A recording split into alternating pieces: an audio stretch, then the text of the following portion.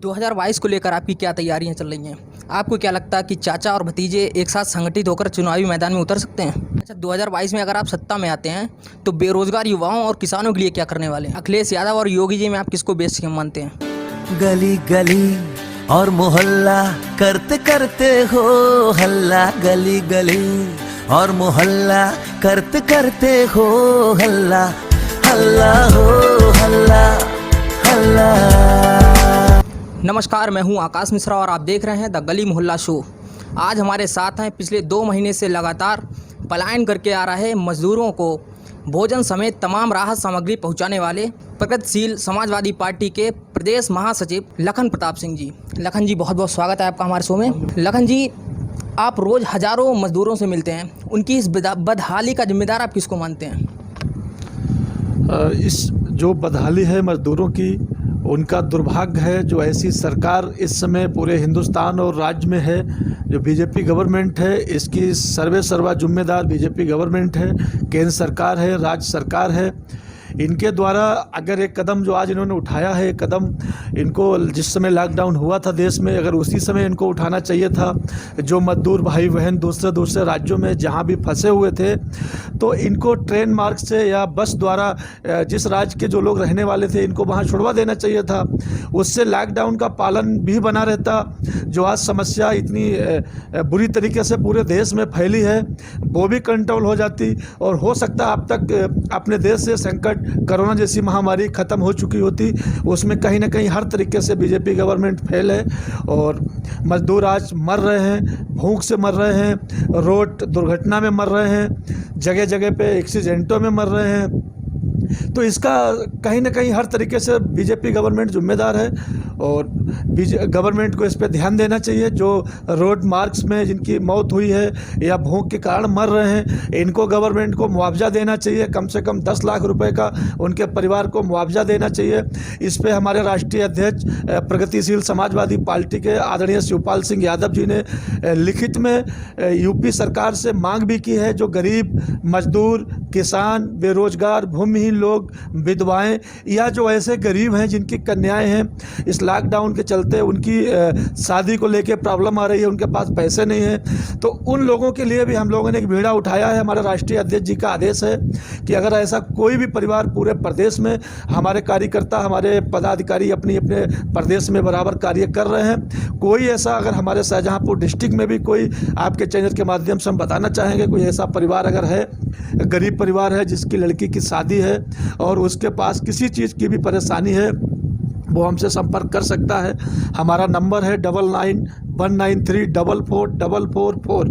वो फ़ोन करके हमको बता सकता, जो संभव मदद होगी हम उसको अवश्य पहुंचाएंगे। और हमारे राष्ट्रीय अध्यक्ष जी बराबर हम लोगों को प्रेरणा देते रहते हैं कि इस कार्य को बंद नहीं करना है जब तक लॉकडाउन देश में रहेगा या लॉकडाउन ख़त्म हो जाए। जो गरीब हैं, मजदूर हैं, बेसहारा हैं, भूमिहीन लोग हैं, इनके हित की लड़ाई हम लोग बराबर जारी रखेंगे और आगे भी हम लोग लड़ते रहेंगे और इन लोगों की मदद करते रहेंगे। आपने एक इंटरव्यू में कहा है कि आप जो गरीबों तक जो राहत सामग्री पहुंचा रहे हैं, इसके लिए आपको कई बार रोका गया, तो किसके द्वारा क्या कहकर आपको रोका गया? बराबर रोका गया। जो सत्ता पक्ष के यहाँ प्रदेश में बीजेपी गवर्नमेंट है, हम ही को नहीं, जितने भी हमारे पदाधिकारी या कार्यकर्ता भाई पूरे प्रदेश में कार्य कर रहे हैं, उनको जगह जगह बीजेपी के विधायक या सांसदों द्वारा धमकियां दी जा रही हैं। जो हम लोगों के सपोर्ट में इस कार्य में शामिल हो रहे हैं, उनको हड़काया जाता है, उनकी गाड़ियों को पुलिस द्वारा पकड़ाया जाता है। हमारे साथ भी हुआ शुरू में। जो हमारे क्षेत्रीय विधायक हैं कटरा से, उन्होंने हमारी 2 बार गाड़ी को रुकवाया, एक बार कटरा में, जलालपुर में। उसके बाद जो युवा भाई हमारे मित्र हैं, जो हमारे साथ इस योगदान में शामिल होते हैं, गरीब गांवों में जाकर भोजन को वितरित कराते हैं, उनको फ़ोन करके हड़काया कि आप पे मुकदमा लिखवा देंगे, आप पे FIR लिखा देंगे, आप लोग बीजेपी के हो, कहाँ चक्कर में पड़े हो, कोई गरीब नहीं है, मरने दो, इस तरीके की बातें कर रहे हैं। तो इनको ऐसे लोगों को शर्म आना चाहिए कि लाखों लोगों ने इनको चुना है, गरीबों ने भी इनको वोट दिया है, अमीरों ने भी वोट दिया है, लाखों लोगों ने इनको चुना है, इसलिए नहीं चुना है। आज गरीब जनता को इनकी ज़रूरत है, सरकार की ज़रूरत है। तो आपको उनके सुख दर्द में खड़े होने की बजाय और उल्टा जो लोग इस कार्य को कर रहे हैं उनको आप हड़का रहे हो, रोक रहे हो, ये बहुत गलत बात है। इन लोगों को सीख लेना चाहिए, उत्तर प्रदेश सरकार को सीख लेना चाहिए, हम लोगों से सीख लेना चाहिए, हमारी पार्टी से सीख लेना चाहिए। हमारी सरकार नहीं है, हमारी पार्टी अभी जल्दी की 2 साल पार्टी को हुए हैं और हमारे कार्यकर्ता, हमारे पदाधिकारी पूरे प्रदेश में किसी डिस्ट्रिक्ट में आप जानकारी कर लीजिए, जब से लॉकडाउन हुआ है, जब से एक एक पदाधिकारी, एक एक कार्यकर्ता अपने अपने डिस्ट्रिक्ट में बराबर इस कार्य को कर रहा है। और स्वयं हमारे राष्ट्रीय अध्यक्ष आदरणीय शिवपाल सिंह यादव स्वयं इस सेवा में लगे हुए, उनके बेटा आदित्य यादव वो स्वयं लगे हुए, उनकी वाइफ जो आदित्य यादव जी की है उन्होंने एक प्लांट लगा रखा है लखनऊ में, जो मास्क, निःशुल्क मास्क गरीब लोगों को वितरित कर रही हैं खुद प्लांट लगा के, और पूरे प्रदेश में मास्क भिजवा रही हैं, बांट रही हैं। तो इससे बड़ा काम कोई पार्टी कर ही नहीं सकती। बाकी हमारे कार्यकर्ता, हमारे पदाधिकारी किसी भी डिस्ट्रिक्ट में आप बात कर लीजिए, आपको जगह जगह कार्य करते दिख जाएंगे, चाहे वो सोशल मीडिया पे, फेसबुक पे या आपके चैनलों के माध्यम से। आप बीजेपी का एक भी विधायक हमको दिखा दीजिए पूरे प्रदेश में जो कार्य कर रहा है। 1-2 विधायकों ने एक कार्य करना भी चाहा तो उन्होंने कोई खनन माफिया को से पैसा लगवा लिया, किसी दारू माफिया से पैसा लगवा लिया, इस तरीके से कार्य कर रहे हैं। आप विधायक हो, सत्ता पक्ष के हो, आपको 10-20 लाख रुपए अगर अपने पास से भी उन गरीबों के लिए फूंक दोगे तो कुछ नहीं बिगड़ेगा। हम अभी भी सबसे रिक्वेस्ट, हाथ जोड़ के रिक्वेस्ट कर रहे हैं, चाहे वो किसी पार्टी को, इस समय गरीबों को ज़रूरत है, उनकी मदद करो। इस योगदान में सब लोग हिस्सा लो, उनकी जिस तरीके से भी मदद कर पाओ, खाने से लेकर राशन से आर्थिक जो कर सकते हो उनकी मदद करिए। गरीब लोगों से मिलिए, क्षेत्र में जाइए, उनके सुख दर्द में शामिल होइए। लेकिन ऐसा मैंने देखा अभी तक हमारे जनपद शाहजहाँपुर में मुझे कहीं नहीं दिखा कि कोई सत्ता पक्ष का विधायक या दूसरे दल का भी कोई विधायक या पूर्व विधायक या पूर्व सांसद, कहीं आप किसी डिस्ट्रिक्ट में किसी कोने पे भी देख लीजिए, अपने डिस्ट्रिक्ट में कहीं जा रहा हो ग्रामीण क्षेत्रों पे केवल फ़ोटो खिंचाने के लिए, कहीं रोड पे खड़े होकर एक पैकेट पकड़ा दिया किसी को और फ़ोटो खिंचा दिया और सारी मीडिया में निकलवा दिया। इस तरीके से गरीबों का भला नहीं होना है। गरीबों के लिए कुछ करना पड़ेगा, त्याग करना पड़ेगा, उनके लिए मेहनत करना पड़ेगी। हमारे भी बच्चे हैं, हमारे बच्चे हैं, छोटे छोटे बच्चे, हमारे साथियों के भी बच्चे हैं जो हमारे साथ आज 65 दिन हो गए हैं, जब से 66 दिन पूरे देश में लॉकडाउन को हुए हैं और हम लोग 65 दिन इस क्रम में हो गए। एक दिन भी आंधी आई, तूफान आया, लेकिन हम लोगों ने इस काम को कभी बंद नहीं किया।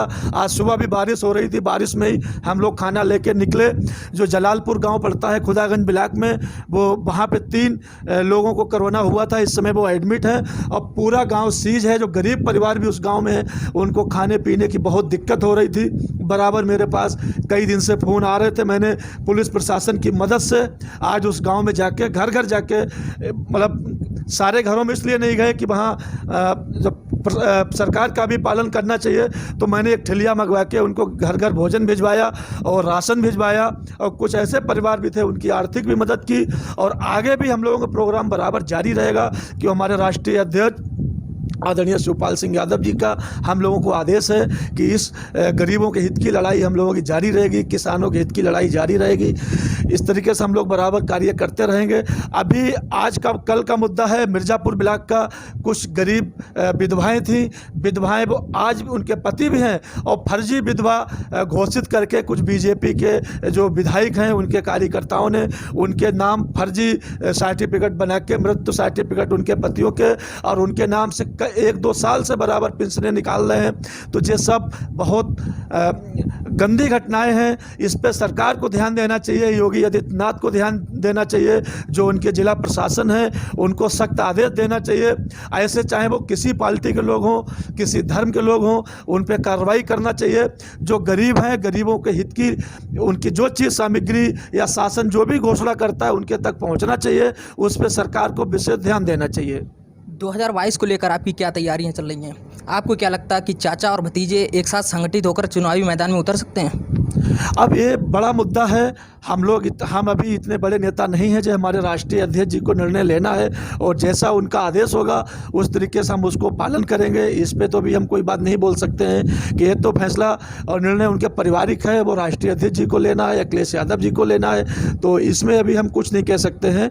और रहा हमारी बात, अभी हमारा 2022 का काफ़ी समय है, अभी 1.5 साल है, और अभी मेरा जो हम सेवा कर रहे हैं इस चुनाव को लेकर कुछ नहीं कर रहे हैं। अभी मेरी चुनाव की ऐसी कोई तैयारी नहीं है। आगे जो भी हाई कमान का आदेश होगा उसको पालन करना पड़ेगा, जो भी हाई कमान से आदेश मिलेगा उसको फॉलो करेंगे, लेकिन अभी कोई ऐसी हमारी भावना नहीं है, ऐसी कोई तैयारी नहीं है। वर्तमान सरकार की कार्यशैली पर आप क्या कहना चाहेंगे? वर्तमान सरकार तो आप पूरी तरीके से फेल है, हर मामले में फेल हो रही है। जो 20 लाख करोड़ का पैकेज इन्होंने निकाला है, गरीबों के नाम पे निकाला है, उसमें आप देखिए गरीबों के लिए क्या है, इन्होंने गरीबों के लिए क्या दिया उसमें। वो तो केवल लोन के लिए निकाला है। लोन उसी आदमी को मिल सकता है जिसके पास प्रॉपर्टी होगी, राशन कार्ड होगा, आधार कार्ड होगा। जिन गरीबों के पास भूमिहीन है, मकान नहीं है, ज़मीन नहीं है, राशन कार्ड नहीं है, आधार कार्ड नहीं है, क्या सरकार या बैंकें उसको लोन देंगी? किसी ऐसा कोई गरीब है जिसको लोन दे देगी?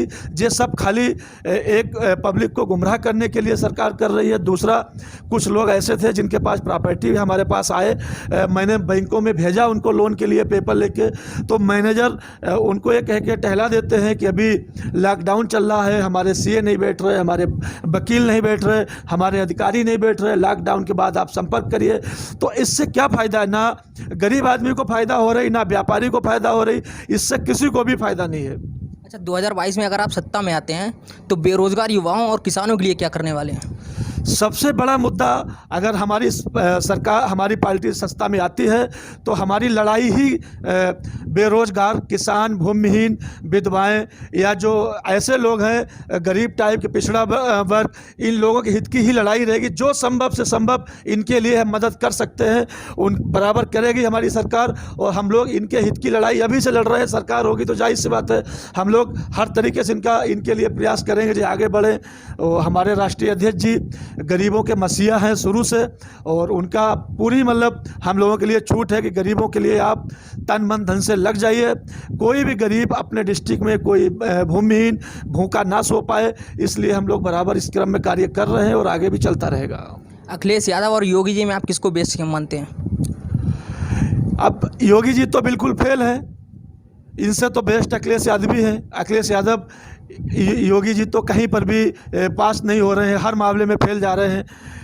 इनसे तो लाख गुने बढ़िया अखिलेश यादव जी थे, और अखिलेश यादव जी थे और हमारे शिवपाल सिंह यादव सर्वे सर्वा थे। उस सरकार में सब शिवपाल सिंह के इशारे पे ही काम होता था, शिवपाल जी के ही कहने पे सारा काम होता था। जितने आप देखिए अपने डिस्ट्रिक्ट में देखिए, जितने बड़े पुल हैं, जितने हाईवे हैं, सब शिवपाल जी की देन है। तो शिवपाल जी सबसे बेस्ट तो शिवपाल जी हैं। अच्छा, योगी सरकार की कोई 3 कमियां आप बताइए। सारी कमियां हैं। क्या किया गरीब जनता के लिए इस सरकार ने, क्या किया आप बताइए? कोई रोज़गार, गरीब जो बेरोज़गार युवा हैं इनके लिए कोई रोज़गार दिया हो बताइए? कोई नया निर्माण इन्होंने किया हो, कोई हाईवे किया हो? जो हाईवे पिछली गवर्नमेंट के थे उन्हीं की जांच, कहीं उसकी जांच, कहीं उसकी जांच, वो सरकार तो उसी में उलझी हुई। नया तो काम कोई इन्होंने ऐसा किया नहीं है जिससे गरीब आदमी को रोज़गार मिले। विदेशों में घूमने के अलावा उनके पास कोई टाइम ही नहीं। उनके पास तो जब विदेशों से फुर्सत नहीं मिल रही है आदरणीय प्रधानमंत्री जी को, तो जो युवा है यहाँ के आज 8 साल होने जा रहे हैं सरकार को, केंद्र सरकार में, तो कोई अभी कि विदेश से दूसरा अमेरिका यहाँ फैक्ट्री लगाएगा, चाइना फैक्ट्री लगाएगा, दूसरी कंट्री से कोई फैक्ट्री लगाएगा, अभी तक तो कोई फैक्ट्री लगी नहीं।